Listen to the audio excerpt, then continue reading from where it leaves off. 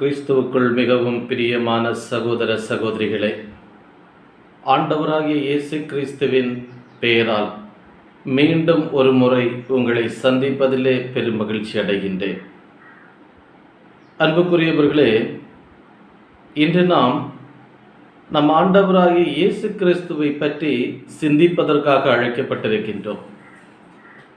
இன்றைக்கு இயேசுவின் பெயரை சொல்லிக்கொண்டு எத்தனையோ பேர் கிறிஸ்தவ போதனைகளை போதித்து கொண்டிருக்கின்றார்கள்.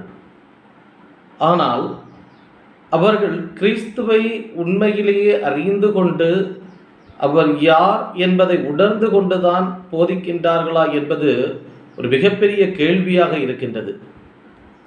இன்றைக்கு பாருங்கள், கிறிஸ்தவர்களை கேவலப்படுத்துகின்ற, அவமானப்படுத்துகின்ற நிகழ்வுகள் இன்றைக்கு சமூகத்தில் அரங்கேறிக் கொண்டிருக்கின்றன. அதற்கு காரணம் யார் என்றால், மாற்று மதத்தினரோ அல்லது நம்மை சூழ்ந்து வாழ்கின்றவரோ அல்ல, நாம் தான். கிறிஸ்துவை அறிவிக்கின்ற, கிறிஸ்துவை போதிக்கின்ற நானும் நீங்களும் தான் இது கிறிஸ்தவமும் கிறிஸ்தவர்களும் அவமானப்படுத்தப்படுவதற்கு, இகழப்படுவதற்கு காரணம் என்பதை புரிந்து கொள்ள வேண்டும். ஏனென்றால் நம் ஆண்டவராகிய இயேசு கிறிஸ்து யார் என்பதை அறிந்து கொள்ளாமல் இன்றைக்கு நாம் போதித்துக் கொண்டிருக்கின்றோம். அதனால் தான் இன்றைக்கு நாம் அவமானத்துக்குள்ளாக்கப்பட்டிருக்கின்றோம் என்பதை நீங்கள் புரிந்து கொள்ள வேண்டும். இன்னைக்கு பாருங்க, இயேசு கிறிஸ்துவை பற்றி போதிக்கக்கூடிய அத்தனை பேருமே பொருளாதார ஆசீர்வாதத்தை பற்றி மட்டுமே போதிக்கின்றார்களே ஒழிய ஆவிக்குரிய ஆசீர்வாதங்களை பற்றி போதிப்பதில்லை. இப்படி பொருளாதார ஆசீர்வாதங்களை மட்டுமே முன்னிறுத்தி போதிப்பதால் தான் இன்றைக்கு கிறிஸ்தவம் அவமானத்துக்குள்ளாக்கப்படுகின்றது, கேலிக்குள்ளாக்கப்படுகின்றது. இப்படி போதிப்பவர்கள் ஒன்றை புரிந்து கொள்ள வேண்டும். இன்னைக்கு கிறிஸ்துவை அறிவிக்கின்றவர்கள் ஒன்று சொல்லுகின்றார்கள், ஆண்டவரை நம்புகிறவன் செழிப்பான் என்று. அப்படி என்றால் என்னுடைய கேள்வி என்னவென்றால், கடவுளை நம்பாதவர்கள் சிறப்பாக வாழவில்லையா என்பது என்னுடைய கேள்வி. என் கிறிஸ்தவர்கள் மட்டும்தான் பொருளாதார ஆசீர்வாதத்தோடு வாழ்கின்றார்களா? கிறிஸ்துவை பின்பற்றாதவர்கள், கிறிஸ்தவர் அல்லாதவர்கள் பொருளாதார ஆசீர்வாதத்தோடு வாழவில்லையா? அப்படி என்றால் இந்த வசனம் தவறானதா என்று நீங்கள் இப்பொழுது கேட்கலாம். வசனம் தவறானது இல்லை, போதிக்கின்ற நாம் தான் தவறானவர்கள் என்பதை புரிந்து கொள்ள வேண்டும். ஆண்டவரை நம்புகிறவன் செழிப்பான் என்ற வசனம் எதை சொல்லுகின்றது என்றால், உன்னுடைய ஆவிக்குரிய வாழ்க்கையிலே நீ செழிப்பாய் வாழ்ந்து கொண்டிருப்பாய் என்பதைத்தான் அந்த வசனம் சொல்லுகின்றது. ஆனால் அதனுடைய உட்பொருளை புரிந்து கொள்ளாமல் பொருளாதாரத்தை முன்னிறுத்து போதிப்பதால் தான் இன்றைக்கு நாம் அவமானப்படுத்தப்பட்டு கொண்டிருக்கின்றோம். ஆண்டவரை நம்புகிறவனே செழிப்பான் என்று சொன்னால், இன்றைக்கு சமூகத்தை சற்று உற்று பாருங்கள். கிறிஸ்துவை பின்பற்றாத எத்தனையோ பேர் இன்றைக்கு சமூகத்தில் உயர்ந்த நிலையில் இல்லையா? அவர்கள் செழிப்பாக வாழவில்லையா? அவர்கள் பொருளாதார ஆசீர்வாதங்களை பெறவில்லையா? பொருளாதாரத்திலே நிறைவடையவில்லையா? யோசித்து பாருங்கள். ஆண்டவரை நம்புகிறவனே செழிப்பான் என்றால், மறைந்து போன நம்முடைய தமிழகத்தினுடைய முதலமைச்சர் கருணாநிதி அவர்கள் கடவுளை நம்பாதவர். அப்படி என்றால் அவர் பொருளாதார ஆசீர்வாதத்தை பெற்று இந்த உலகிலே வாழவில்லையா? யோசித்து பாருங்கள். அதே போல கிறிஸ்துவை பின்பற்றாத நம்முடைய மறைந்த முதலமைச்சர்கள், நம்முடைய சகோதர சகோதரிகள், கிறிஸ்துவை பின்பற்றாதவர்கள், உலகிலே வாழ்ந்து மடிந்தவர்கள், பொருளாதார ஆசீர்வாதத்தோடு அவர்கள் வாழவில்லையா? யோசித்து பாருங்கள். இப்போ ஆண்டவரை நம்புகிறவனே செழிப்பான் என்று சொல்லி ஒரு தவறான போதனையை இன்று சமூகத்திலே கிறிஸ்தவர்களாகிய நாம் உலாவவிட்ட காரணத்தினால்தான் இன்றைக்கு கிறிஸ்தவம் அவமானப்படுத்தப்படுகின்றது. ஆண்டவரை நம்புகிறவன் செழிப்பான் என்றால் அவன் பொருளாதாரத்தில் அல்ல செழிப்பது, அவன் ஆவிக்குரிய வாழ்க்கையிலே செழிப்படைவான். அவன் எந்த ஆசீர்வாதத்தை பெற்றுக்கொள்வான் என்றால் நித்திய வாழ்வை பெற்றுக்கொள்வான், முடிவில்லாத வாழ்வை பெற்றுக்கொள்வான். நாம் இவ்வுலகை விட்டு சென்ற பிறகு, உலகிலே நம்முடைய வாழ்வு முடிந்த பிறகு ஒரு மிகப்பெரிய ஆசீர்வாதம் மிக்க வாழ்வு நமக்கு காத்திருக்கின்றது. அந்த செழிப்பை, அந்த செழிப்பான வாழ்வை அடைவதுதான் ஆண்டவரை நம்புவது. அதை புரிந்து கொள்ளாமல் இவ்வுலக ஆசீர்வாதத்தை முன்னிறுத்தி இன்றைக்கு நீங்கள் போதிக்கின்ற காரணத்தினால்தான் கிறிஸ்தவம் அவமானத்துக்கு உள்ளாக்கப்படுகிறது என்பதை புரிந்து கொள்ள வேண்டும். ஆண்டவரை நம்புகிறவனே செழிப்பான் என்றால் அது பொருளாதார ஆசீர்வாதத்தை குறிப்பிடுவது அல்ல. ஆண்டவரை நம்புகிறவன் ஆவிக்குரிய வாழ்விலே ஆசீர்வாதம் அடைந்து இவ்வுலக வாழ்வை விட்டவன் சென்ற பிறகு கடவுள் அருளுகின்ற நித்திய வீட்டை, மோட்ச வாழ்வை, நித்திய இன்பத்தை, முடிவில்லாத வாழ்வை அவரிடம் பெற்றுக்கொண்டு செழிப்பாக வாழ்வான் என்பதை அந்த வசனம் சொல்லுகின்றது. இதை தவறாக போதித்து இன்று கிறிஸ்தவத்தை நாம் அவமானத்துக்கு உள்ளாக்கி கொண்டிருக்கின்றோம் என்பதை ஒவ்வொருவரும் புரிந்து கொள்ள வேண்டும் என்று இந்த பதிவின் வாயிலாக நான் கேட்டுக்கொள்ளுகின்றேன். நம்முடைய கிறிஸ்து யார் என்பதை புரிந்து கொள்ள வேண்டும். அவரை புரியாத காரணத்தினால்தான் இன்றைக்கு பலரும் தவறான போதனைகளை போதித்துக் கொண்டிருக்கின்றார்கள். மிகவும் வேதனையான விஷயம் என்னவென்றால், ஃபேஸ்புக்கில் அடிக்கடி நான் ஒரு வீடியோ பார்ப்பேன், B2B ஃபேமிலின்னு. ஏன்னா அதை பேர் குறிப்பிட்டு தான் சொல்லணும். B2B family, back to Bible family அப்படின்னு சொல்லிட்டு ஒரு கணவன் மனைவி கிறிஸ்தவத்தை போதிக்கின்றவர்கள். இந்த இருவரை சேர்ந்து இன்றைக்கு கிறிஸ்தவத்தை எப்படி கேவலப்படுத்த முடியுமோ அந்த அளவுக்கு இன்றைக்கு கேவலப்படுத்தி கொண்டிருக்கின்றார்கள். தவறான போதனையை உலவ விட்டு மக்களை திசை திருப்பி தன்னுடைய வருவாயை பெருக்கிக் கொள்வதிலே குறியாய் இருந்து கொண்டிருக்கின்றார்கள். இப்படிப்பட்டவர்களை தயவு செய்து இனம் கண்டு அவர்களை விட்டு ஒதுங்கி விடுங்கள். அவர்களுடைய போதனை முற்றிலும் தவறானது என்பதை இந்த பதிவின் வாயிலாக நான் தெரிவித்துக் கொள்ள ஆசைப்படுகின்றேன். அன்புக்குரியவர்கள், அவர்களுக்கு கிறிஸ்துவை பற்றி தெரியவில்லை. கிறிஸ்துவை பற்றி அவர்களுக்கு தெரிந்திருந்தால் அவர்களெல்லாம் இப்படி பேசியிருக்க மாட்டார்கள். ஏனென்றால் கிறிஸ்தவ வாழ்வு என்பது நீ பாடுபடுவதற்கு அழைக்கப்பட்ட வாழ்வு, ஏதோ சுகபோக வாழ்வு அனுபவிப்பதற்கு அல்ல. கிறிஸ்தவ வாழ்வுக்கு நீ அழைக்கப்பட்டிருக்கின்றாய். நீ கிறிஸ்தவன் என்று சொல்லப்படுகின்றாய் என்றால் துன்பங்களை அனுபவிக்க வேண்டும். இதுதான் கிறிஸ்தவத்தினுடைய அடிப்படை. துன்பத்தை அனுபவிக்காமல், வேதனையை அனுபவிக்காமல், பாடுகளை அனுபவிக்காமல் நீ கிறிஸ்தவனாய் இருக்க முடியாது. ஆகவே துன்பம் இல்லாமல் வாழ வேண்டுமா, பாடுகள் இல்லாமல் வாழ வேண்டுமா, கஷ்டம் இல்லாமல் வாழ வேண்டுமா என்று ஒருவன் கிறிஸ்தவத்துக்குள்ளே உன்னை அழைக்கின்றான் என்றால் அவன் உண்மையான கிறிஸ்தவன் அல்ல என்பதை நீங்கள் புரிந்து கொள்ள வேண்டும். கிறிஸ்தவம் எதை சொல்லுகின்றது? கிறிஸ்துவே என்ன சொல்லுகின்றார் என்றால், என்னை பின்பற்ற விரும்புகின்றவன் தன் சிலுவையை சுமந்து கொண்டு என் பின்னே வர கடவன் என்று சொல்லுகின்றான். அப்படி என்றால் என்ன அர்த்தம்? உன்னுடைய துன்பங்களை, உன்னுடைய பாடுகளை, உன்னுடைய கஷ்டங்களை நீ சுமந்து கொண்டு வாழ்க்கையிலே அனுபவித்துக் கொண்டு என்னை பின்தொடர்ந்து வா, அப்பொழுது மோட்ச வீட்டில் உனக்கு இடம் கிடைக்கும் என்றுதான் கடவுள் சொல்லுகின்றார். ஆண்டவராக இயேசு கிறிஸ்து சொல்லுகின்றார். ஆகவே ஒன்றை புரிந்து கொள்ளுங்கள், கிறிஸ்தவ வாழ்வு என்பது ஏதோ உலக வாழ்விலே வாழும் பொழுது நமக்கு மகிழ்ச்சியை கொடுத்து, நிறைவை கொடுத்து, கஷ்டம் இல்லாமல், பிரச்சனை இல்லாமல் மகிழ்ச்சியாக வாழ வைக்கக்கூடிய வாழ்வு அல்ல. கிறிஸ்தவ வாழ்வு என்பது துன்பத்துக்கு மத்தியிலே, வேதனைக்கு மத்தியிலே, பாடுகளுக்கு மத்தியிலே இவை அனைத்தையும் அனுபவித்து அதன் மூலம் பாடங்களை கற்றுக்கொண்டு உன் மனதை மகிழ்ச்சியாக இருக்க வைத்துக் கொண்டு மகிழ்வோடு வாழ்வதற்கு அழைக்கப்பட்ட வாழ்வுதான் கிறிஸ்தவ வாழ்வு என்பதை நீங்களும் நானும் இந்த நேரத்தில் புரிந்து கொள்ள வேண்டும் என்று அன்போடு உங்களை நான் கேட்டுக்கொள்ளுகின்றேன். கிறிஸ்துவை பற்றி தெரியாதவர்கள் தான் ஏதோ கிறிஸ்தவ வாழ்வு என்றால் ஆசீர்வாதத்தை தரக்கூடிய வாழ்வு, உங்களுக்கு பிரச்சனை இல்லை, பாடு இல்லை, அது இல்லை, இது இல்லை என்று சொல்லி அழைப்பார்கள். அவர்களை கண்டு நீங்கள் ஏமாந்து போய்விடாதீர்கள். விவிலியம் தெளிவாக சொல்லுகின்றது. தெளிவாக விவிலியத்தை படித்து பாருங்கள்.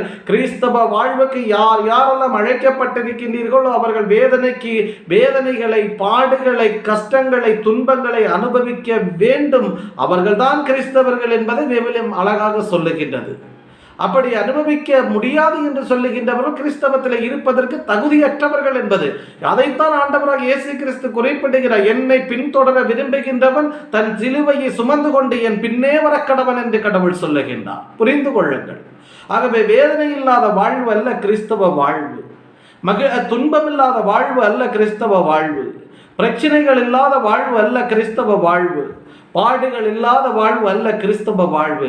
இவை அனைத்தையும் கடந்து சென்று மீட்பை பெற்று, கடவுள் அருளை பெற்று, கடவுள் மூலம் மகிழ்ச்சியை அனுபவிப்பதுதான் கிறிஸ்தவ வாழ்வு என்பதை நீங்கள் புரிந்து கொள்ள வேண்டும். இதைத்தான் ஆண்டவராக இயேசு கிறிஸ்து நமக்கு போதிக்கின்றார்.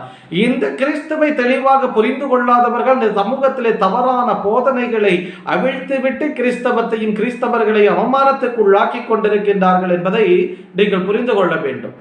சமீபத்திலே ஒரு நபர் வருமான வரியினுடைய சோதனைக்கு உட்படுத்தப்பட்டார். கிறிஸ்துவை அறிவிக்கக்கூடிய ஒரு போதகர் உலகளாவிய அளவிலே கிறிஸ்தவ மதத்தை போதிக்கக்கூடியவர், கிறிஸ்துவனுடைய போதனைகளை போதிக்கக்கூடியவர், பல நாடுகளிலே தங்களுடைய சபையினுடைய கிளைகளை வைத்திருக்கக்கூடிய ஒரு நபர் வருமான வரியினுடைய சோதனைக்கு உட்படுத்தப்பட்டிருக்கின்றார் என்றால் அந்த நபர் உண்மையிலே கிறிஸ்து போதித்த வார்த்தைகளை பின்பற்றி வாழ்ந்துவிட்டு தான் பிறருக்கு கிறிஸ்துவை போதித்தாரா என்பதை நீங்கள் புரிந்து கொள்ள வேண்டும்.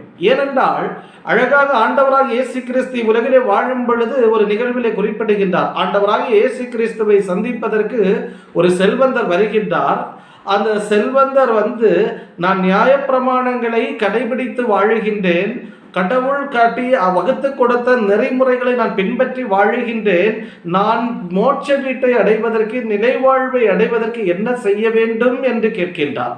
அப்பொழுது ஆண்டவராக இயேசு கிறிஸ்து சொல்லுகின்றார், நீ உன் தகப்பனும் தாயையும் மதித்து வாழ்வாயாக, மோசே உங்களுக்கு கொடுத்த நியாய பிரமாணத்தின்படி நீ வாழ்வாயாக என்று சொல்லும் பொழுது, அவற்றையெல்லாம் ஆதி முதலே நான் கடைபிடித்து வருகின்றேன் என்று சொல்லும் பொழுது ஆண்டவராக இயேசு கிறிஸ்து அவரிடத்தில் சொல்லுகின்றார், உன்னிடத்தில் ஒரு குறை இருக்கின்றது, உனக்கு இருப்பவை அனைத்தையும் விற்று ஏழைகளுக்கு கொடுத்து விடு, அப்பொழுது பரலோக வீடு உனக்கு கிடைக்கும் என்று கடவுள் சொல்லுகின்றார்.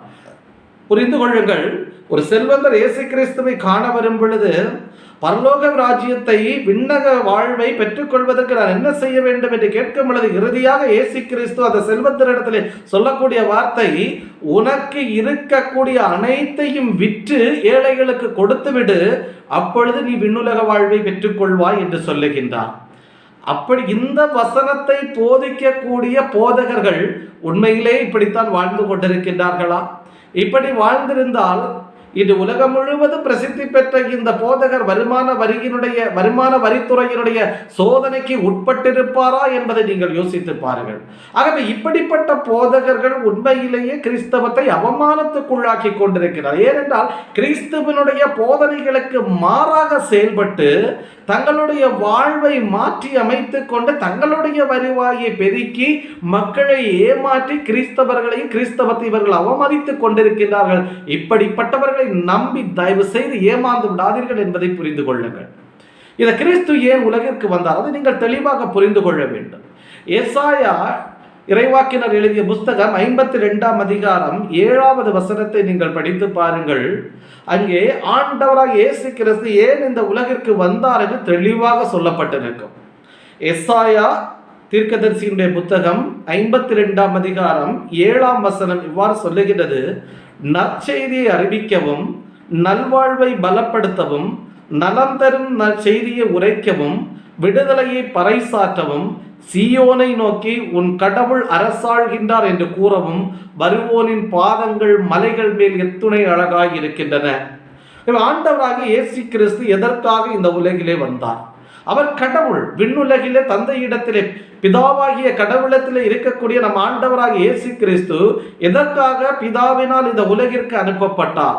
கடவுளாய் இருந்த ஆண்டவராக இயேசு கிறிஸ்து ஏன் மனித ரூபம் எடுத்து இந்த உலகிற்கு வந்தார் என்பதை இந்த ஒரு வசனம் தெளிவாக சொல்லுகின்றது. அவர் எதற்காக வந்தார்? இதுதான். இதை தெரியாத காரணத்தினால்தான் இன்னைக்கு ஏதேதோ பிரசங்கித்து போதித்து மக்களை ஏமாற்றிக் கொண்டிருக்கின்றார்கள். ஆண்டவராக இயேசு கிறிஸ்து இந்த உலகிற்கு வந்ததனுடைய நோக்கம் இதுதான். நற்செய்தியை அறிவிக்கவும், நல்வாழ்வை பலப்படுத்தவும், நலம் தரும் செய்தியை உரைக்கவும், விடுதலையை பறைசாற்றவும், உன் கடவுள் அரசாளுகின்றார் என்று கூறவும் அவர் இந்த உலகிற்கு வந்திருக்கின்றார். இதைத்தான் இந்த வசனம் அழகாக சொல்லுகின்றது. நற்செய்தியை அறிவிக்கவும், நல்வாழ்வை பலப்படுத்தவும், நலம் தரும் செய்தியை உரைக்கவும், விடுதலையை பறைசாற்றவும், சீயோனை நோக்கி உன் கடவுள் அரசாளுகின்றார் என்று கூறவும், வருவோனின் பாதங்கள் மலைகள் மேல் எத்துணை அழகாய் இருக்கின்றன என்று. அன்புக்குரியவர்களே, நற்செய்தியை அறிவிக்கவும் என்றால் ஆண்டவராக இயேசு கிறிஸ்து இந்த உலகிலே வாழ்ந்த பொழுது ஒரு நற்செய்தியை தான் சென்ற இடமெல்லாம் அறிவித்துக் கொண்டே சென்றார். அதாவது, மனம் திரும்புங்கள், விண்ணரசு நெருங்கி வந்துவிட்டது, மனம் திரும்புங்கள், பரலோக ராஜ்யம் நெருங்கிவிட்டது என்று ஒரு நற்செய்தியை அவர் சென்ற இடமெல்லாம் அறிவித்துக் கொண்டே சென்றார். இந்த செய்தியை அறிவிப்பதற்காக நீங்கள் பாவத்திலே வாழ்ந்து கொண்டிருக்கின்றீர்கள். உங்களுடைய பாவ வாழ்வை விட்டுவிட்டு மனம் மாறுங்கள். ஏனெனில் விண்ணக வாழ்வு நெருங்கி வந்து கொண்டிருக்கின்றது. அந்த விண்ணக வாழ்வை நீங்கள் பெற்றுக்கொள்ள வேண்டும் என்றால் பாவ வாழ்வை விட்டு நீங்கள் மனம் மாற வேண்டும். ஆகவே மனம் திருந்துங்கள் என்ற அந்த நற்செய்தியை அறிவிப்பதற்காக அவருடைய முதல் வேலையே இதுதான். அந்த நற்செய்தியை அறிவிப்பதற்காக, மனம் திரும்புங்கள் என்ற நற்செய்தி அறிவிப்பதற்காக, மதம் மாறுங்கள் என்ற நற்செய்தி அறிவிப்பதற்காக ஆண்டவராக இயேசு கிறிஸ்து இந்த உலகிற்கு வரவில்லை.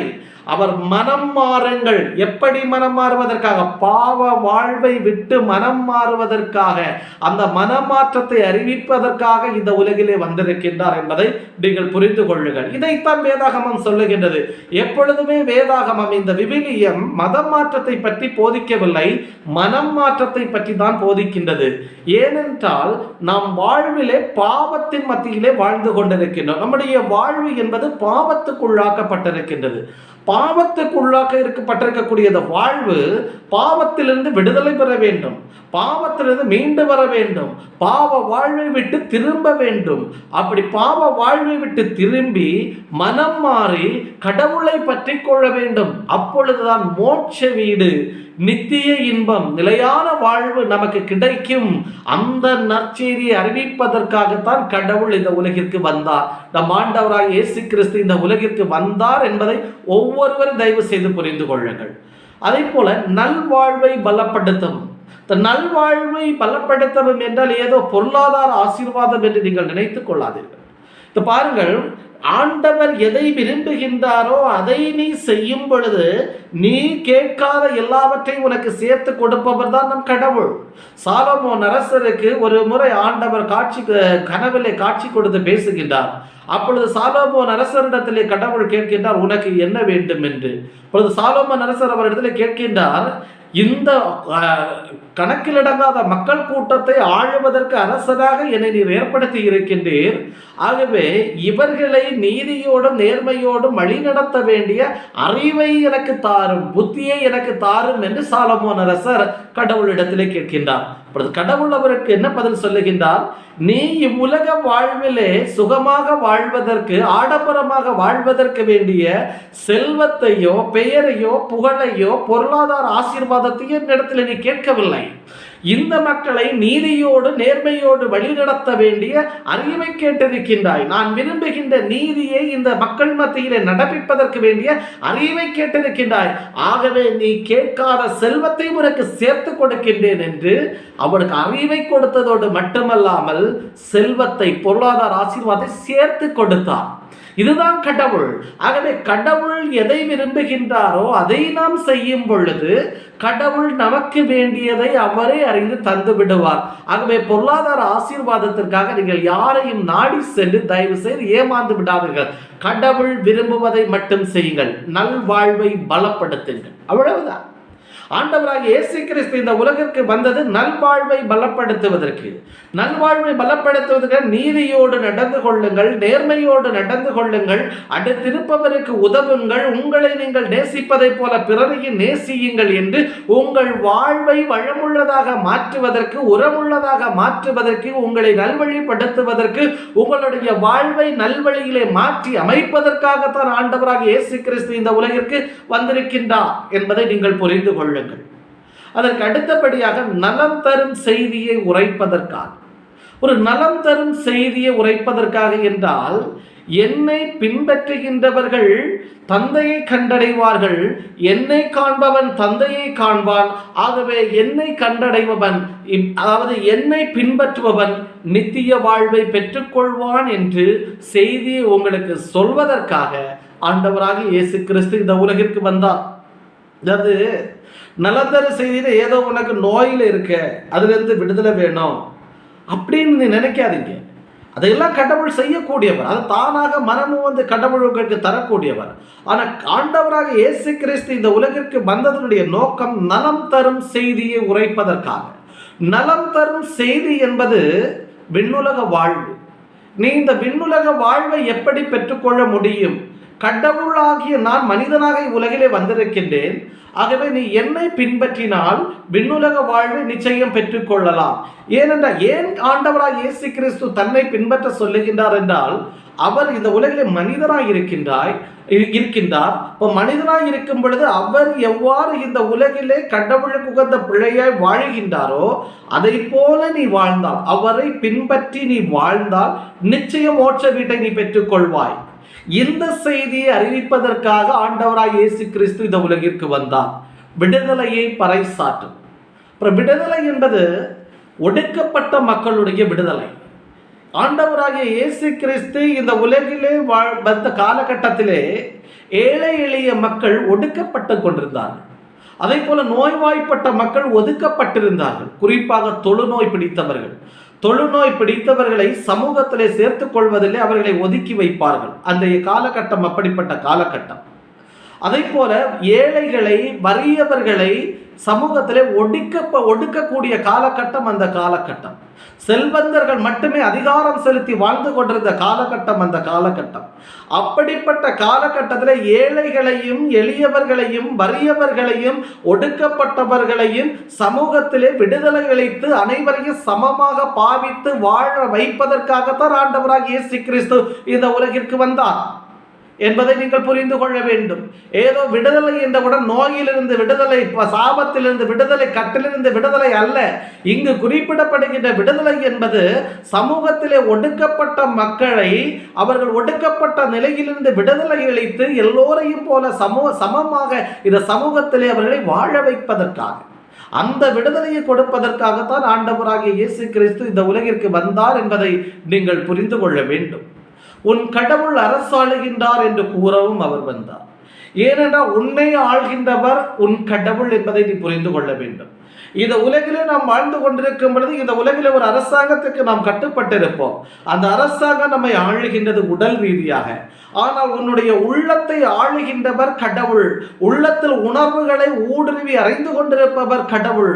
ஆகவே உன்னை உள்ளத்திலே, உன்னுடைய ஆவிக்குரிய நிலையிலே உன்னை ஆண்டு கொண்டிருப்பவர், ஆட்சி செய்து கொண்டிருப்பவர் கடவுள் என்பதை உனக்கு உணர்த்துவதற்காக ஆண்டவராகிய இயேசு கிறிஸ்து இந்த உலகிற்கு வந்தார். இந்த நான்கையும் நீ புரிந்து கொண்டாலே நீ எல்லாவற்றையும் பெற்று ஆசீர்வாதமாய் இந்த உலகிலே வாழ்வாய் என்பதை நீங்கள் புரிந்து கொள்ள வேண்டும்.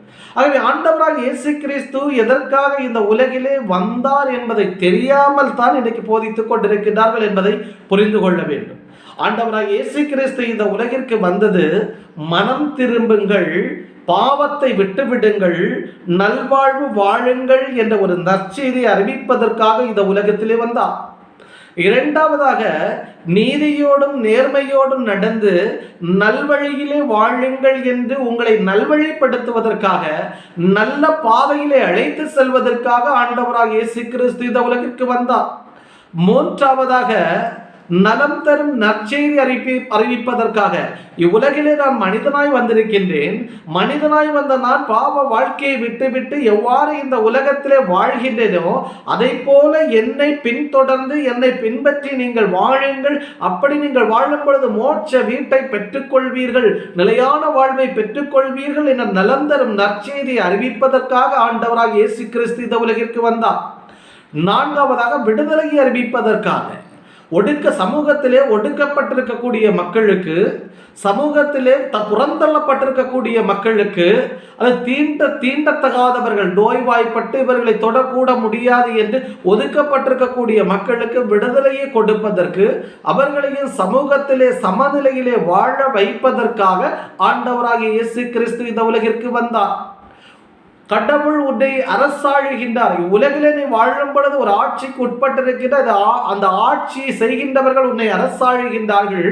அதே போல உன்னுடைய ஆவிக்குரிய நிலையிலே கடவுள் தான் உன்னை அரசாண்டு கொண்டிருக்கின்றார், உன்னை ஆட்சி புரிந்து கொண்டிருக்கின்றார், உன்னை வழிநடத்தி கொண்டிருக்கின்றார் என்பதை உனக்கு தெரிவிப்பதற்காக ஆண்டவராகிய இயேசு கிறிஸ்து இந்த உலகிற்கு வந்தார். இந்த காரணங்களுக்காகத்தான் ஆண்டவராக இயேசு கிறிஸ்து இந்த உலகிற்கு வந்திருக்கின்றார் என்பதை நீங்கள் புரிந்து கொள்ள வேண்டும்.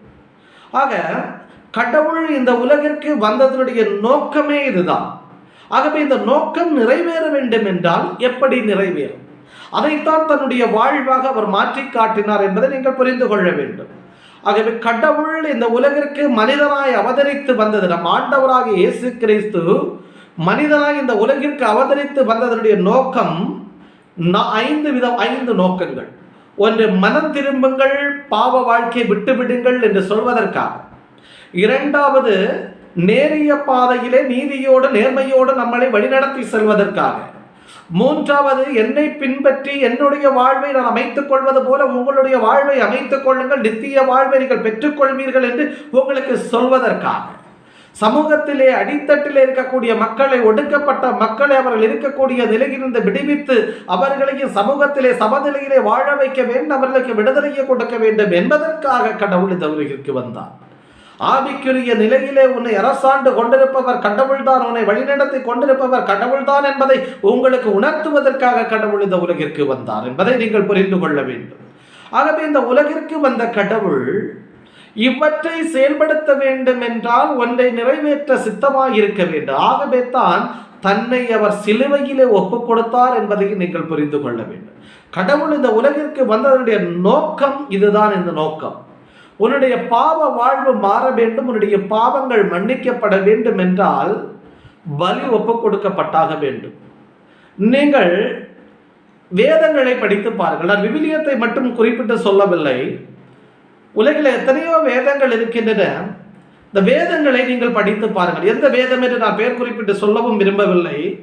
நீங்கள் வேதங்களை படித்து பாருங்கள். நீங்கள் எந்த வேதங்களை படித்து பார்த்தாலும் அதனுடைய அடிப்படையிலே ஒரு கருத்து சொல்லப்பட்டிருக்கும். அனைத்து வேதங்களுடைய அடிப்படையிலே ஒரு கருத்து சொல்லப்பட்டிருக்கும், பாவம். அதாவது மனிதன் தன் நிலை தவறி வாழ்வதற்கு காரணமே பாவம் என்பதை அனைத்து வேதங்களுமே சுட்டிக்காட்டக்கூடிய ஒரு செயல்தான். எந்த வேதத்தை நீங்கள் படித்திருந்தாலும் அந்த வேதம் சொல்லக்கூடியது மனிதன் தன் நிலையிலிருந்து தவறி வாழ்கின்றான் என்றால் அதற்கு காரணம் பாவம். அந்த பாவத்தை விட்டு மனிதன் மனம் மாற வேண்டும். அப்பொழுதுதான் அவன் நீதியோடும் நேர்மையோடும் நடந்து கொள்வான். அப்பொழுது அவன் கடவுளோடு ஒன்றித்திருப்பான் என்று அத்தனை வேதங்களுமே சொல்லுகின்றன. ஆகவே அந்த பாவம் என்ற நிலை அவனிலிருந்து மாற வேண்டும் என்றால் அவனுடைய பாவங்கள் மன்னிக்கப்பட வேண்டும். அவருடைய பாவங்களை மன்னிக்க வேண்டும். இப்போ பாவங்களை எப்படி மன்னிப்பது? இப்போ வேதாகமத்தை எடுத்துக்கொள்ளும் பொழுது வேதாகமம், பரிசுத்த வேதாகமம், திருவிவிலியம் என்ன சொல்லுகின்றது என்றால் இரத்தம் சிந்துதல் இல்லாமல் பாவம் மன்னிப்பு இல்லை என்று சொல்லுகின்றது. ஆகவே இரத்தம் சிந்துதல் இருந்தால் மட்டுமே பாவம் மன்னிப்பு உண்டு என்று வேதாகமம் தெளிவாக சொல்லுகின்றது. இது நியாயப்பிரமாணம் கொடுக்கக்கூடிய கட்டளை மட்டுமல்ல, ஆண்டவர் கொடுத்த கட்டளை. இந்த வேதாகமம் தெளிவாக சொல்லக்கூடியது இரத்தம் சிந்துதல் இல்லாமல் பாவ மன்னிப்பு இல்லை. இதைத்தான் வேதாகமம் தெளிவாக சொல்லுகின்றது. நீங்கள் பிற மத வேதங்களை படித்து பாருங்கள், அல்லது தங்களுடைய மதத்தினுடைய வேதத்தை படிக்கின்றவர்களுக்கு தெரியும். சில குறிப்பிட்ட வேதங்கள் சொல்லுகின்றன இரத்தம் சிந்துதலே பாவ மன்னிப்பை கொண்டு வரும் என்று சில வேதங்கள் சொல்லுகின்றன. இது உண்மை. பல வேதங்கள் சொல்லுகின்றன. இந்த உலகிலே காணப்படுகின்ற பல வேதங்கள் சொல்லுகின்றன, அந்தந்த மதத்துக்குரிய வேதங்கள் சொல்லுகின்றன இரத்தம் சிந்துதலே பாவ மன்னிப்பை கொண்டு வரும் என்று சொல்லுகின்றன. ஆகவே இரத்தம் சிந்துதல் இல்லாமல் பாவ மன்னிப்பு இல்லை என்று விவிலியம் சொல்லுகின்றது. மோசே வழியாக ஆண்டவர் கொடுத்த திருச்சட்டமும் சொல்லுகின்றது, நியாயப்பிரமாணமும் சொல்லுகின்றது இரத்தம் சிந்துதல் இல்லாமல் பாவம் மன்னிப்பு இல்லை என்று சொல்லுகின்றது. வேதங்கள் சொல்லுகின்றன, இந்த உலகிலே பரவி கிடக்கக்கூடிய அத்தனை சமயங்களுடைய வேதங்களும் சொல்லுகின்றன இரத்தம் சிந்துதல் இல்லாமல் பாவ மன்னிப்பு இல்லை என்று சொல்லுகின்றது. ஆகவே இந்த உலகிலே நிலை தவறி பாவத்தோடு வாழுகின்ற மனிதன் பாவ நிலையை விட்டு மனம் மாறும் பொழுது அவனுடைய பாவம் மன்னிக்கப்பட வேண்டும்.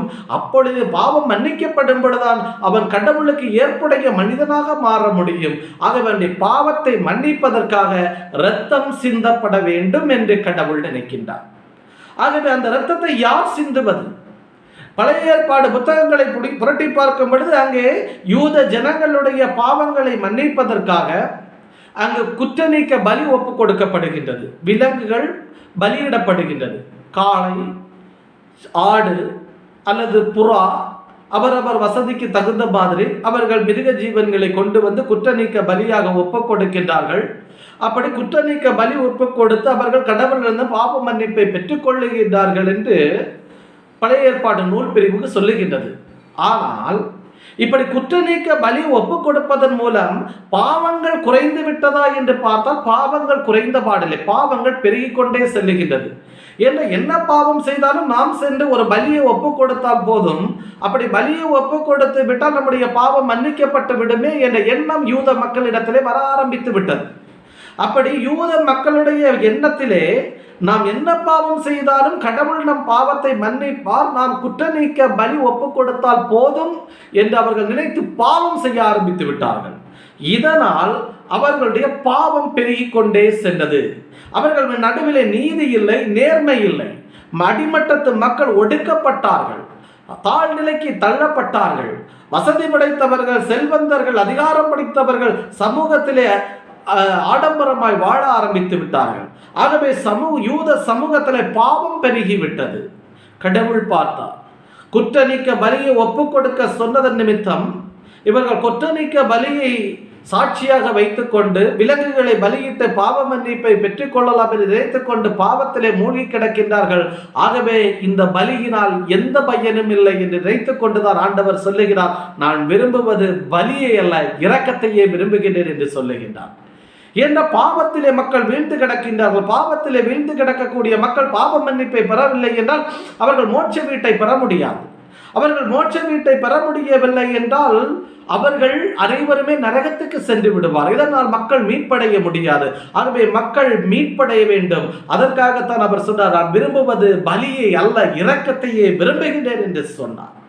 அப்போ அந்த இரக்கத்தை எப்படி வெளிப்படுத்துவது என்றால் ஒரே பலியின் மூலமே வெளிப்படுத்த முடியும் என்று கடவுள் உணர்ந்து கொள்ளுகின்றார். ஒரே பலியின் மூலம் இனி இந்த உலகிலே குற்ற நீக்க பலி என்று ஒரு பலி இருக்கக்கூடாது. ஒரே ஒரு பலி குற்ற நீக்க பலியாக இந்த உலகிலே நிவர்த்தி ஒப்பு கொடுக்கப்பட வேண்டும். அந்த பலியிலே சிந்தப்படக்கூடிய இரத்தம் இந்த உலகிலே ஒவ்வொரு காலகட்டத்திலும் தோன்றுகின்ற உயிர்களுக்கு பாவ நீக்க பலியாக அது மாற வேண்டும். அந்த இரத்தத்தின் மூலமே ஒவ்வொருடைய பாவங்களும் மன்னிக்கப்பட வேண்டும் என்று கடவுள் திருவுள்ளம் கொண்டார். ஆகவே தான் கடவுள் முடிவெடுத்தார், விண்ணுலக வாழ்வை விட்டு மண்ணுலகிற்கு மனிதனாய் வந்து தாமே சாவை ஏற்றுக்கொண்டு தன்னுடைய இரத்தத்தை இந்த ஜனங்களுக்காக பாவ மன்னிப்புக்காக சிந்துவது என்று முடிவெடுத்துதான் கடவுள் மனிதனாய் இந்த உலகிற்கு வந்தார் என்பதை நீங்கள் புரிந்து கொள்ள வேண்டும். ஆம் அன்புக்குரியவர்களே, நீயும் நானும் இவ்வுலக வாழ்வை விட்டு செல்லும் பொழுது பரிசுத்தமாய் செல்ல வேண்டும். அப்படி பரிசுத்தமாய் இவ்வுலக வாழ்வை விட்டு செல்லும் பொழுது கடவுள் முன்னிலையிலே நாம் ஏற்புடையவர்களாய் இருப்போம். அப்படி ஏற்புடையவர்களாய் இருக்கும் பொழுது கடவுளுடைய வீடாகிய நித்திய வீடு, நிலை வாழ்வு, விண்ணுலக வாழ்வு நமக்கு கிடைக்கும். அப்படி அந்த விண்ணுலக வாழ்வை நாம் பெற்றுக்கொள்வதற்காக, நம் பாவ கரைகளை களைவதற்காக விண்ணுலகே வாழ்ந்த நம் கடவுள் ஆண்டவராய் இயேசு கிறிஸ்து மனிதராய் உலகிலே வந்து நம் பாவங்களுக்காய், நாம் மனம் மாறுவதற்காய், நம்முடைய பாவங்களை துடைத்தறிவதற்காய் அவர் இரத்தம் சிந்தி தன்னையே ஒப்பு கொடுக்க, பலி கொடுக்க மனமு வந்தார், திருவுள்ளம் கொண்டார் என்பதை நீங்கள் புரிந்து கொள்ள வேண்டும். இதை புரியாதவர்கள் தான் இன்றைக்கு ஏதேதோ பேசிக் கொண்டிருக்கின்றார்கள், போதித்துக் கொண்டிருக்கின்றார்கள் என்பதை நீங்கள் புரிந்து கொள்ள வேண்டும். அன்புக்குரியவர்களே, ஏன் அவர் ரத்தம் சிந்த வேண்டும்? இது ஒரு மிக முக்கிய கேள்வி. இந்த உலகிலே வாழ்கின்ற அத்தனை பேருமே ஏதோ ஒரு விதத்தில் பாவம் செய்கின்றோம். மனிதன் மனித சாயலிலே இருக்கின்றான். மனிதன் மனித சாயல்ல இருக்கும் பொழுது மனித சாயல் அவனை அறிந்தோ அறியாமலோ பாவத்திலே வீழ்ந்து விடுகின்றது. மனிதனுடைய மனநிலையை எப்பொழுது நாம் கட்டுப்படுத்தி வைத்திருக்க முடியாது. நம்முடைய பார்வை பாவம் செய்யும், நம்முடைய எண்ணங்கள் பாவம் செய்யும், நம்முடைய செயல்கள் பாவம் செய்யும், நம்முடைய நடத்தைகள் பாவம் செய்யும். எது எப்பொழுது பாவம் செய்யும், எப்படி நாம் பாவத்திலே வீழ்ந்து விடுகின்றோம் என்பது நமக்கு தெரியாது. நம் மனித பலவீனம் உடையவர்கள், நம்முடைய மாம்ச இச்சையே நம்மை பாவத்திலே வீழ்த்தி விடுகின்றது. இது மனித இயல்பு. நான் யாரையும் தவறாக சொல்லவில்லை. மனிதன் என்று பிறந்து விட்டாலே அவன் பாவத்திலே வீழ்ந்து விடுவது இயல்பு. ஏனென்றால் மனிதன் மனித பலவீனம் உடையவன். அவன் மனித சாயலில் இருக்கிறான், கடவுள் சாயலில் இருப்பவன் அல்ல. கடவுள் சாயலிலே மனிதன் இருக்கும் பொழுது அவன் நிச்சயம் பாவம் செய்ய மாட்டான். ஆனால் மனிதன் மனித சாயலிலே இருக்கும் பொழுது மனிதன் என்ன செய்கிறான்? பாவம் செய்கிறான். அவன் பாவம் செய்யக்கூடாது என்று நினைத்தாலும் அவன் பாவத்திலே வீழ்ந்து விடுகின்றான். ஆகவே பாவத்திலே வீழ்கின்ற மனிதன் பரிசுத்தமாக்கப்பட வேண்டும். நிலைவாழ்வை பெற்றுக்கொள்ள வேண்டும் என்றால், நித்திய வாழ்வை பெற்றுக்கொள்ள வேண்டும் என்றால் அவன் பரிசுத்தமாக்கப்பட வேண்டும். எப்படி பரிசுத்தமாக்குவது? ரத்தம் சிந்துதல் இல்லாமல் பாவ மன்னிப்பு இல்லை என்று கடவுளே சொல்லுகின்றார். அவர் வகுத்து கொடுக்கின்ற வேதம் சொல்லுகின்றது ரத்தம் சிந்துதல் இல்லாமல் பாவ மன்னிப்பு இல்லை என்று. ஆகவே நாம் மனம் மாறி கடவுளை ஏற்றுக்கொண்டு கடவுளுடைய பிள்ளைகளாக கடவுளை நெருங்கி வாழ வேண்டும் என்றால் நாம் பரிசுத்தமாக்கப்பட வேண்டும். அப்படி பரிசுத்தமாக்கப்பட வேண்டும் என்றால் நமக்கென்று ஒரு குற்ற நீக்க பலி, ஒரு பாவம் போக்கும் பலி ஒப்புக் கொடுக்க வேண்டும். அந்த பலியின் மூலம் ரத்தம் சிந்தப்பட வேண்டும். அதற்காக தன்னையே பலியாக ஒப்புக் கொடுத்து ரத்தம் சிந்தியவர் தான் நம் ஆண்டவராகிய இயேசு கிறிஸ்து என்பதை நீங்கள் புரிந்து கொள்ள வேண்டும். அன்புக்குரிய, அவர் ஏன் சிலுவை சாவை ஏற்றுக்கொண்டார்? அவர் ஏன் நமக்காக ரத்தம் சிந்தினார்? புரிந்து கொள்ளுங்கள். எசாயா இறைவாக்கினர் நூல் பிரிவு 53ஆம் அதிகாரம் தெளிவாக அதை விளக்கி கூறுகிறது. புதிய ஏற்பாடு புத்தகங்களை எல்லாம் நீங்க படிக்க வேண்டிய தேவையில்லை. எல்லாவற்றுக்கும் விடை பழைய ஏற்பாட்டிலே இருக்கின்றது. நீங்கள் ஒன்றை புரிந்து கொள்ளுங்கள். ஏதோ ஆண்டவராக இயேசு கிறிஸ்து வந்தவுடன் பழைய ஏற்பாடு முடிந்து விட்டது, புதிய ஏற்பாடு தான் துவங்கி, அப்படி அல்ல. ஆண்டவராக இயேசு கிறிஸ்துவை சொல்லி இருக்கின்றார், விண்ணும் மண்ணும் ஒளிந்து போகும், திருச்சட்டத்தின் ஒரு புள்ளி கூட அழிந்து போகாது என்று. விண்ணும் மண்ணும் ஒளிந்து போகலாம், என்னுடைய வார்த்தைகள் ஒருபோதும் ஒளிந்து போகாது என்று எசாயா இறைவாக்கினர் வழியாக ஆண்டவராக இயேசு கிறிஸ்து இவ்வுலகிலே மனிதனாய் பிறப்பதற்கு முன்னதாகவே அவர் சொல்லி வைத்திருக்கின்றார், இந்த உலகிலே நான் எதற்காக வருகிறேன் என்று. அதைத்தான் 52ஆம் அதிகாரம் 7வது வசனம் சொன்னது. 53ஆம் அதிகாரத்திலே அவர் ஏன் சிலுவையிலே அறையப்பட்டார் என்று சொல்லப்பட்டிருக்கின்றது. பாருங்கள், அவர் பாடுகளை அனுபவிக்கும் பொழுது, இந்த உலகிலே அவர் பாடுகளை அனுபவிக்கும் பொழுது எப்படி இருந்தார் என்பது 53ஆம் அதிகாரம் 3ஆம் வசனம் சொல்லுகின்றது. அதை நாம் இரண்டாவது பார்த்துக் கொள்வோம். அவர் ஏன் சிலுவை சாவை ஏற்றுக்கொண்டார்? அது மிக முக்கியமான ஒரு கேள்வி. ஏதோ உனக்கு பொருளாதார ஆசீர்வாதத்தை தருவதற்கல்ல என் ஆண்டவர் என் இயேசு சிலுவையை ஏற்றுக்கொண்டது, ரத்தம் சிந்தியது என்பதை புரிந்து கொள்ள வேண்டும். அவர் ஏன் சிலுவை சாவை ஏற்றுக்கொண்டார் என்றால் அதை புரிந்து கொள்ளுங்கள். எசாயா இறைவாக்கினர் நூல் பிரிவு 53:12ஆம் வசனத்தினுடைய இறுதி பாகம் இவ்வாறு சொல்லுகின்றது, அவர் தம்மையே சாவுக்கு கையளித்தார், கொடியவர்கள் ஒருவராக கருதப்பட்டார், ஆயினும் பலரின் பாவத்தை சுமந்தார், கொடியோருக்காக பரிந்து பேசினார். அவர் ஏன் சிலுவை சாவை ஏற்றுக்கொண்டார்? நீங்கள் புரிந்து கொள்ள வேண்டும். உனக்கு பொருளாதார ஆசீர்வாதத்தை தருவதற்கோ இவ்வுலகத்தில் உன்னை பேரும் புகழுமாய் வாழ வைப்பதற்கு அல்ல என் இயேசு சிலுவை சாவை ஏற்றுக்கொண்டது. உன்னுடைய பாவத்தை சுமப்பதற்காகத்தான் அவர் சிலுவை சாவை ஏற்றுக்கொண்டார் என்பதை நீ புரிந்து கொள்ள வேண்டும். இன்றைக்கு பலியிடப்படுகின்றது என்றால் பலியினுடைய நோக்கம் என்னவென்றால், அந்த யூத கலாச்சாரத்திலே யூத சடங்கு முறையிலே குற்றநீக்க பலி ஒப்புக் கொடுக்கப்படும் பொழுது குற்றநீக்க பலியாக நிறுத்தப்படுகின்ற விலங்கின் மீது யார் பலி ஒப்புக் கொடுக்கின்றார்களோ அவர்கள் தன்னுடைய வலது கையை வைப்பார்கள்.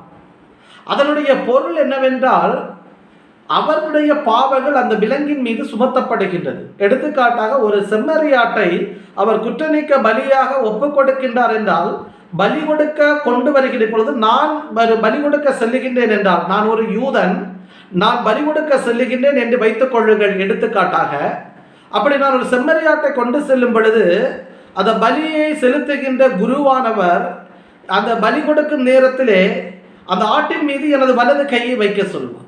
அப்படி அந்த செம்மறி ஆட்டின் மீது நான் எனது வலது கையை வைக்கும் பொழுது என்னுடைய பாவங்கள் அனைத்தும் அந்த ஆட்டின் மீது சுமத்தப்படும்.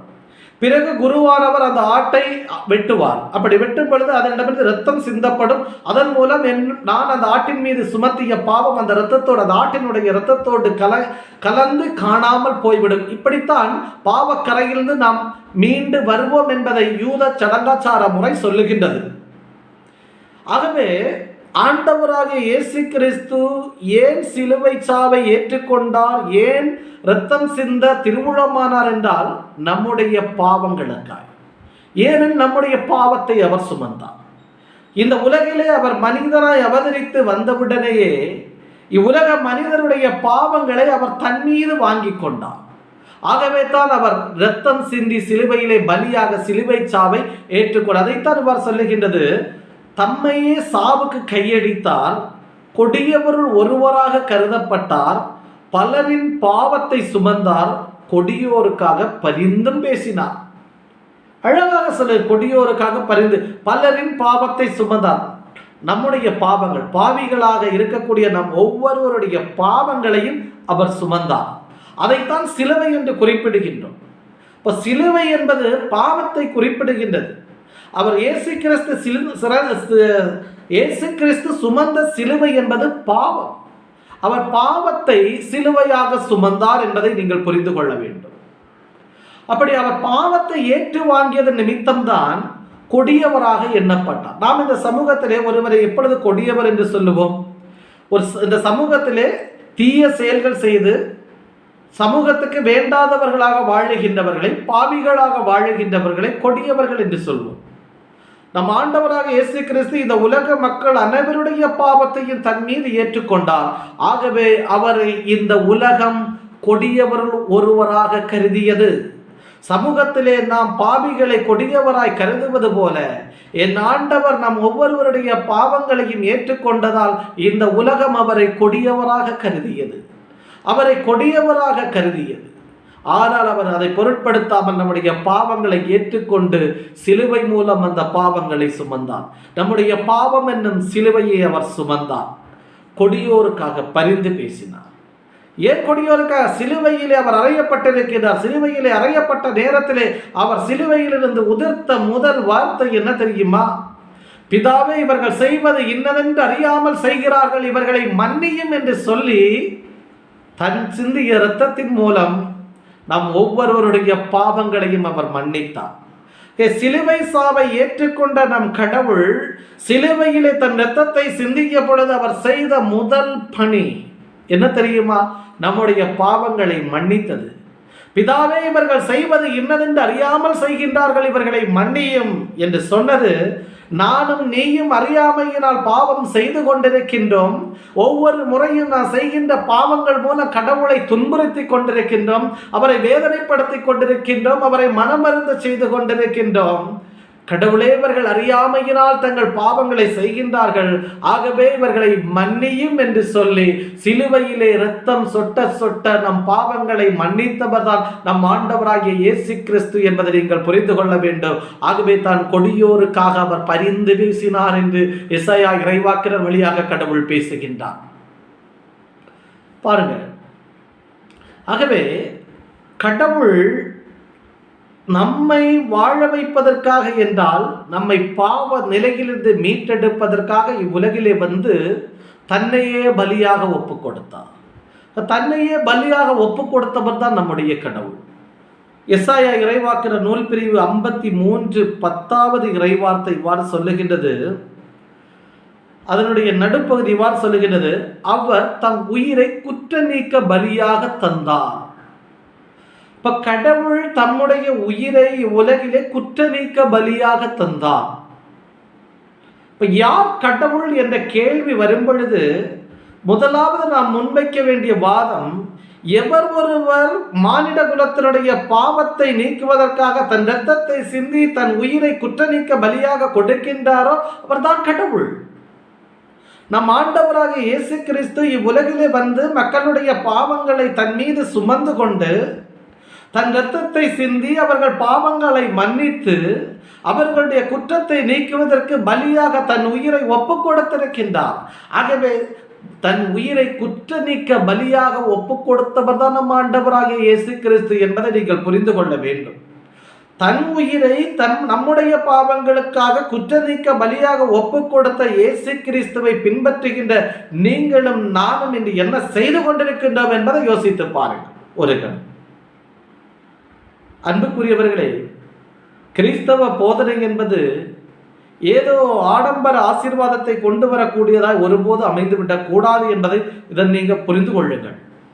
கடவுள் நம்முடைய பாவத்தை நம்மளிருந்து நீக்குவதற்காக, அந்த பாவ நிலையிலிருந்து நம்மை மன்னித்து கடவுளுக்கு ஏற்புடையவராய் மாற்றுவதற்காக தன் இரத்தத்தை சிந்தி நம்மை மன்னித்து குற்ற நீக்க பலியாக நம்மை குற்ற நீக்க பலியாக தன் உயிரை தந்திருக்கின்றார். ஆகவே கடவுளை நீங்கள் போதிக்கும் பொழுது எப்படி போதிக்க வேண்டும் என்றால், ஏதோ ஆடம்பர ஆசீர்வாதத்தை நமக்கு தருபவர் என்றோ சுகவாழ்வை தருபவர் என்றோ அல்ல. நாம் பாவ நிலையில இருந்து கொண்டிருக்கின்றோம். எந்த நிலையில இருந்தாலும் நாம் பாவ நிலையில இருந்து கொண்டிருக்கின்றோம். அந்த நிலையிலிருந்து நம்மை மீட்டெடுத்து நம் பாவங்களை மன்னித்து நம்மை நிலைவாழ்வுக்கு தகுதியுடையவர்களாய் மாற்றுவதற்காக குற்ற நீக்க பலியாக தம்மை ஒப்புக் கொடுத்தவர்தான் நம் ஆண்டவராகிய இயேசு கிறிஸ்து என்பதை நீங்கள் புரிந்து கொள்ள வேண்டும். இதைத்தான் இந்த வசனம் தெளிவாக சொல்லுகின்றது என்பதை நீங்கள் புரிந்து கொள்ள வேண்டும். அன்புக்குரியவர்களே, ஏன் அவர் இவ்வாறு நடத்தப்பட வேண்டும்? வசனம் சொல்லுகின்றது, எசாயா இறைவாக்கின நூல் பிரிவு 53ஆம் அதிகாரம் 9ஆம் வசனம் சொல்லுகின்றது, வன் செயல் எதுவும் அவர் செய்ததில்லை, வஞ்சனை எதுவும் அவர் வாயில் இருந்ததில்லை. ஆயினும் தீயவரிடையே அவருக்கு கல்லறை அமைத்தார்கள், செத்தபோது அவர் செல்வரோடு இருந்தார். இப்போ வன் செயல் எதுவும் அவர் செய்ததில்லை, வஞ்சனை எதுவும் அவர் வாயில் இருந்ததில்லை. வசனம் அழகாக சொல்லுகின்றது, கடவுள் இந்த உலகிலே மனிதனாய் இருந்த பொழுது அவரிடத்திலே பாவம் இல்லை, அவர் தீச்செயல் எதுவுமே செய்யவில்லை, வன் செயல் எதுவுமே அவர் செய்யலை, வஞ்சனை எதுவும் அவர் வாயில் இருந்ததில்லை என்று வசனம் தெளிவாக சொல்லுகின்றது. அப்படி இருக்க ஏன் அவர் ரத்தம் சிந்தினார்? அதுக்கு முந்தைய வசனத்தை பாருங்க, 8ஆம் வசனம் 53ஆம் எசாயா 53 8ஆம் வசனத்துடைய கடைசி பகுதி இவ்வாறு சொல்லுகிறது, என் மக்களின் குற்றத்தை முன்னிட்டு கொலையுண்டார், என் மக்களின் குற்றத்தை முன்னிட்டு கொலையுண்டார். அதாவது முதல்ல படிக்கும் பொழுது அதுவாறு சொல்லுகிறது, அவர் கைது செய்யப்பட்டு தீர்ப்பிடப்பட்டு இழுத்து செல்லப்பட்டார், அவருக்கு நேர்ந்ததை பற்றி அக்கறை கொண்டவர் யார்? ஏனெனில் வாழ்வோர் உலகினின்று அவர் அகற்றப்பட்டார், என் மக்களின் குற்றத்தை முன்னிட்டு கொலையுண்டார். அப்படி என்றால் இவ்வுலகிலே வாழுகின்ற மக்களாகிய நீங்களும் நானும் செய்த பாவத்தின் நிமித்தம் அவர் சிலுவையிலே அறையப்பட்டு இரத்தம் சிந்தி கொல்லப்பட்டார். ஆகவே அன்புக்குரியவர்களே, ஆண் பாவம் அறியாதவர், பாவமே செய்யாதவர், வன் செயல் எதுவுமே இந்த உலகத்திலே அவர் செய்ததில்லை, அவருடைய உள்ளத்திலோ நாவிலோ வஞ்சனை இருந்ததே இல்லை. ஒரு தூயவராய் பரிசுத்தராய் இந்த உலகிலே வாழ்ந்த நம் கடவுள் ஏன் கொல்லப்பட்டார், ஏன் சிலுவையிலே அறையப்பட்டார் என்றால், தம் மக்களுடைய குற்றத்தை முன்னிட்டு, தம் மக்களுடைய பாவத்தை முன்னிட்டு அவர் கொல்லப்பட்டார், அவர் கொலையுண்டார் என்று சொல்லுகின்றது வசனம். அவர் எப்படி கொல்லப்பட்டிருக்கிறார்? கைது செய்யப்பட்டு தீர்ப்பிடப்பட்டு இழுத்து செல்லப்பட்டு கொல்லப்பட்டிருக்கின்றார். யூத குலத்தினால் அவர் கைது செய்யப்பட்டு அரசர் முன்னிலையிலே நிறுத்தப்பட்டு குற்றமற்றவர் குற்றவாளி என்று தீர்ப்பிடப்பட்டு சாட்டைகளால் அடிக்கப்பட்டு கோலால் அடிக்கப்பட்டு சிலுவை சுமத்தப்பட்டு வீதிகளிலே இழுத்து செல்லப்பட்டு சிலுவையிலே அறையப்பட்டு இரத்தம் சிந்தி ஈட்டியால் விழாவிலே குத்தப்பட்டு நொறுங்கொண்டு இரத்தம் சிந்தி பலியானார் என்று வேதாகமம் அழகாக சொல்லுகின்றது, வரலாறும் சொல்லுகின்றது. ஏன்? தன் மக்களுடைய பாவத்தை முன்னிட்டு. இப்போ நீங்களும் நானும் பாவ நிலையில இருந்து கொண்டிருக்கின்றோம். அந்த பாவ நிலையிலிருந்து நம்மை மீட்டெடுப்பதற்காக, பாவ வாழ்விலிருந்து நம்மை மீட்டெடுத்து நம்மை நல்வழிப்படுத்துவதற்காக, நல்வாழ்விலை நம்மை வாழ வைப்பதற்காக அவருடைய முதலாவது நற்செய்தியான மனம் திரும்புதல் என்ற பாதையிலே நம்மை கொண்டு வருவதற்காக அவர் குற்ற நீக்க பலியாக ஒப்பு கொடுக்கப்பட்டார், சிலுவையிலே அறைந்து கொல்லப்பட்டார், இரத்தம் சிந்தினார் என்பதை நீங்களும் நாங்களும் புரிந்து கொள்ள வேண்டும். ஆக இயேசு கிறிஸ்து சிலுவையிலே அறையப்பட்டார் என்றால் ஏதோ உனக்கு வாழ்வு கொடுப்பதற்காக என்று நீங்கள் நினைத்து விடாதீர்கள். அவர் உனக்கு ஆடம்பர வாழ்வை தருவதற்காகவோ, பொருளாதாரத்தை தருவதற்காகவோ, உன் ஆசையை நிறைவேற்றுவதற்காகவோ, இந்த உலகிலே உன்னை வாழ வைப்பதற்காகவோ அல்ல. என் இயேசு சிலுவையிலே மரித்ததும் இரத்தம் சிந்தியதும், அவர் இந்த உலகிலே மரித்ததும் இரத்தம் சிந்தியதும் பாவ வாழ்க்கையிலிருந்து உன்னை மீட்டெடுத்து நீதியோடு நேர்மையோடு இந்த உலகிலே உன்னை வாழ வைத்து அடிமட்டத்து மக்களுடைய வாழ்வுரிமைக்காக குரல் கொடுக்க வைத்து கடவுளுக்கு ஏற்புடைய பிள்ளையை உன்னை மாற்றி பரிசுத்தமாக்கி இவ்வுலக வாழ்வை முடித்துக் கொண்டு விண்ணுலகத்திலே நீ வரும்பொழுது கடவுளுக்கு ஏற்புடையவனாய் இருந்து அவரிடத்திலிருந்து நித்திய வாழ்வை, நிலை வாழ்வை, ஜீவ கிரீடத்தை பரிசாய் நீ ஏற்றுக்கொள்ள வேண்டும் என்பதற்காகத்தான் என் இயேசு இரத்தம் சிந்தினார் என்பதை நீங்கள் புரிந்து கொள்ள வேண்டும். இதை புரிந்து கொள்ளாதவர்கள் தான் இன்று தவறாக கிறிஸ்தவத்தை போதித்துக் கொண்டிருக்கின்றார்கள் என்பதையும் நீங்கள் புரிந்து கொள்ள வேண்டும். பாருங்கள், அவர் நம் 5வது வசனம் இவ்வாறு சொல்லுகின்றது. எசாயா இறைவாக்கினர் 53ஆம் அதிகாரம் 5ஆம் வசனம் இவ்வாறு சொல்லுகின்றது, நம் குற்றங்களுக்காக காயமடைந்தார், நம் தீச்செயல்களுக்காக நொறுக்கப்பட்டார், நமக்கு நிறைவாழ்வை அளிக்க அவர் தண்டிக்கப்பட்டார், அவர் தம் காயங்களால் நாம் குணமடைகின்றோம். ஆக நாம் எப்பொழுது குணமடைகின்றோம் என்பதையும் வசனம் சொல்லுகின்றது. உன்னை குணமாக்குவதற்காக அல்ல என் இயேசு சிலுவையிலே அறையப்பட்டது. என் இயேசு சிலுவையிலே அறையப்பட்டது, இரத்தம் சிந்தியது உன்னுடைய பாவத்தை மன்னிப்பதற்காக, உன்னை பரிசுத்தமாக்குவதற்காக, உன்னை மனம் திரும்ப செய்வதற்காகத்தான் இயேசு சிலுவையிலே அறையப்பட்டார், இரத்தம் சிந்தினார், பலியானார். ஆனால் நீ விடுதலையை பெற்றுக்கொள்ள வேண்டும் என்றால், இவ்வுலகிலே நீ விரும்புகின்ற விடுதலை சுகத்தை பெற்றுக்கொள்ள வேண்டும் என்றால் அவருடைய காயங்களின் மூலமாகத்தான் நீ பெற்றுக்கொள்ளுகின்றார். அதைத்தான் இந்த வசனம் சொல்லுகின்றது. நம் குற்றங்களுக்காக காயமடைந்தார், நம்முடைய பாவங்களின் நிமித்தம் அவர் காயப்படுத்தப்பட்டார், நம்முடைய தீச்செயல்கள் நிமித்தம் அவர் நொறுக்கப்பட்டார், நிறைவாழ்வை நமக்கு அழிப்பதற்காக அவர் தண்டிக்கப்பட்டார். ஆகவே அவருடைய காயங்களின் நிமித்தம் நாம் குணமடைகின்றோம். ஆகவே இயேசு கிறிஸ்து சிலுவையிலே அறையப்பட்டது நமக்கு மீட்பை அழிப்பதற்கு.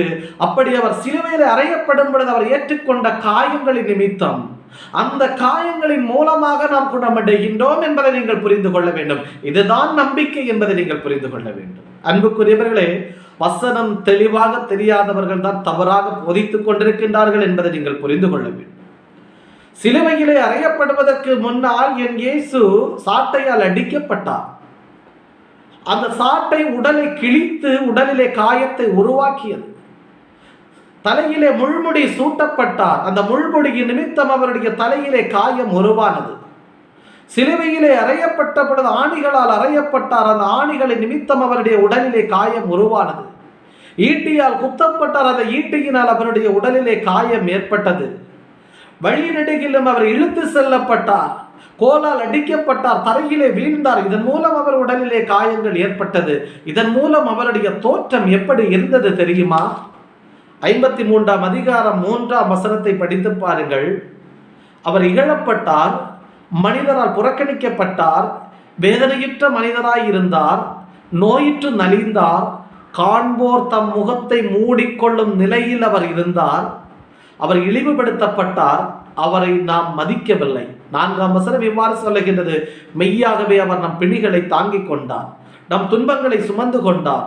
நாமோ அவர் கடவுளால் வதைக்கப்பட்டு நொறுக்கப்பட்டவர் என்றும் சிறுமைப்படுத்தப்பட்டவர் என்றும் எண்ணினோம் என்று சொல்லுகின்றது. அன்புக்குரியவர்கள், அவர் எப்படி இருந்தார் என்றால் 3ஆம் வசனத்தினுடைய நடுப்பகுதி இவ்வாறு சொல்லுகின்றது. 53ஆம் அதிகாரம் 3ஆம் வசனத்தின் நடுப்பகுதி சொல்லுகின்றது, காண்போர் தம் முகத்தை மூடிக்கொள்ளும் நிலையில் அவர் இருந்தார் என்று சொல்லுகின்றது.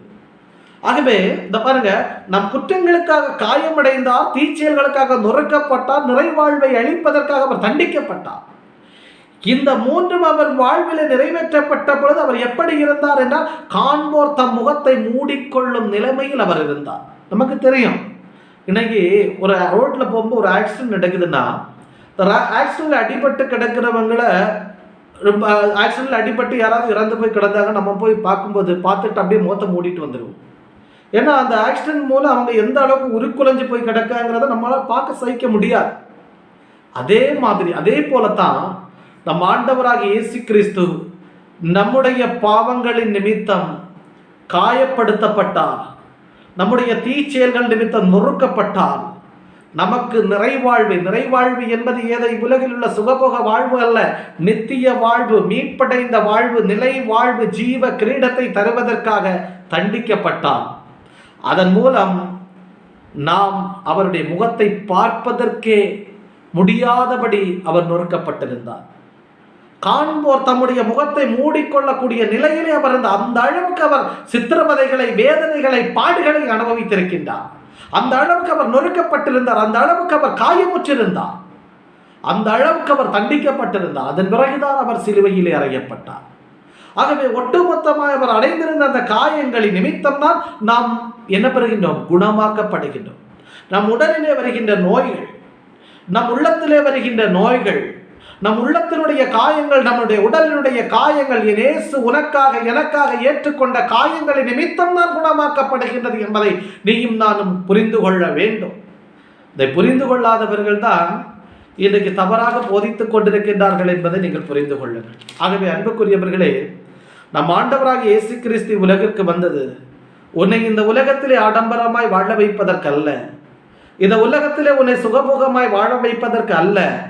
அவர் இந்த உலகத்திலே வந்தது உன்னை மனம் திரும்ப செய்வதற்காக, உன்னை நல்வழிப்படுத்துவதற்காக, என்னை பின்பற்றினால் நீ நிறைவாழ்வை பெறுவாய் என்பதை உனக்கு சொல்வதற்காக, அடிமட்டத்தில் இருந்து பாவ வாழ்க்கையில் தீய செயலிலிருந்து உன்னை விடுதலை பெற செய்வதற்காக, பிசாசின் பிடியிலிருந்து உன்னை விடுவிப்பதற்காக அவர் இந்த உலகத்திலே வந்தார். உன்னை நான் அரசாளுகின்றேன் என்று உனக்கு சொல்வதற்காக அவர் இந்த உலகத்திலே வந்தார்.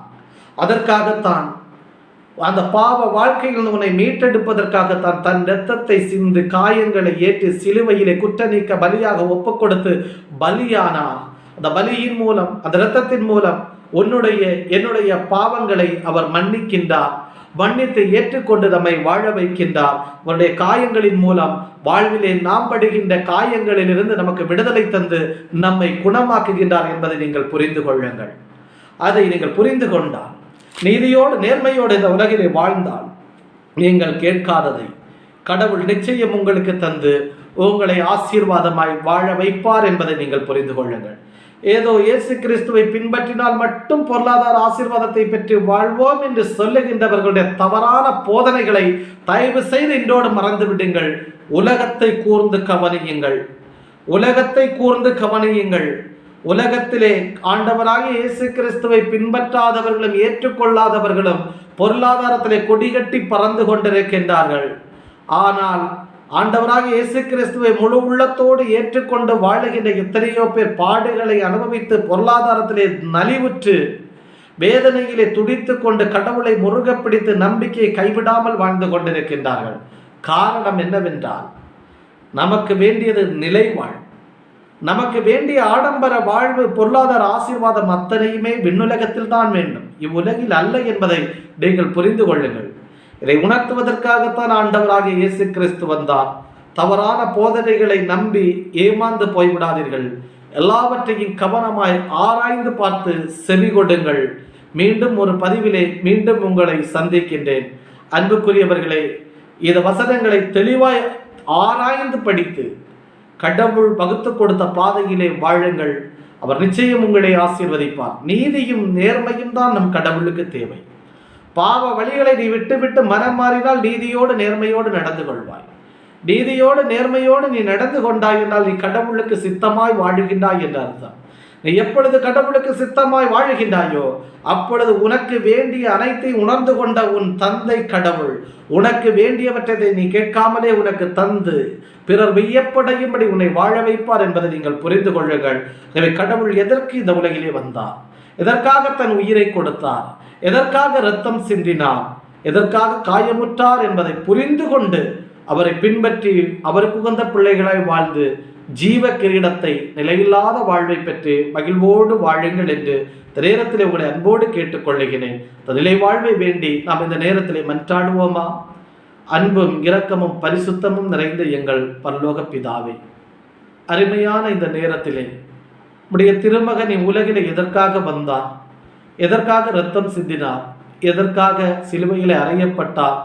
எதற்காக காயப்பட்டார் என்பதை உம்முடைய ஞானத்தின் மூலம் நாங்கள் அறிந்து கொள்ள நீர் எங்களுக்கு செய்த பாக்கியத்திற்காக, கொடுத்த வாய்ப்பிற்காக உம்மை ஸ்தோத்தரிக்கின்றோம், உம்மை துதிக்கின்றோம், உமக்கு நன்றி செலுத்துகின்றோம். ஆண்டவரே, உம்மை பின்பற்றுகின்ற நாங்கள் பல இழப்புகளை சந்தித்திருக்கலாம், பல வேதனைகளை சந்தித்திருக்கலாம், பல நேரங்களிலே காயமுற்றிருக்கலாம்.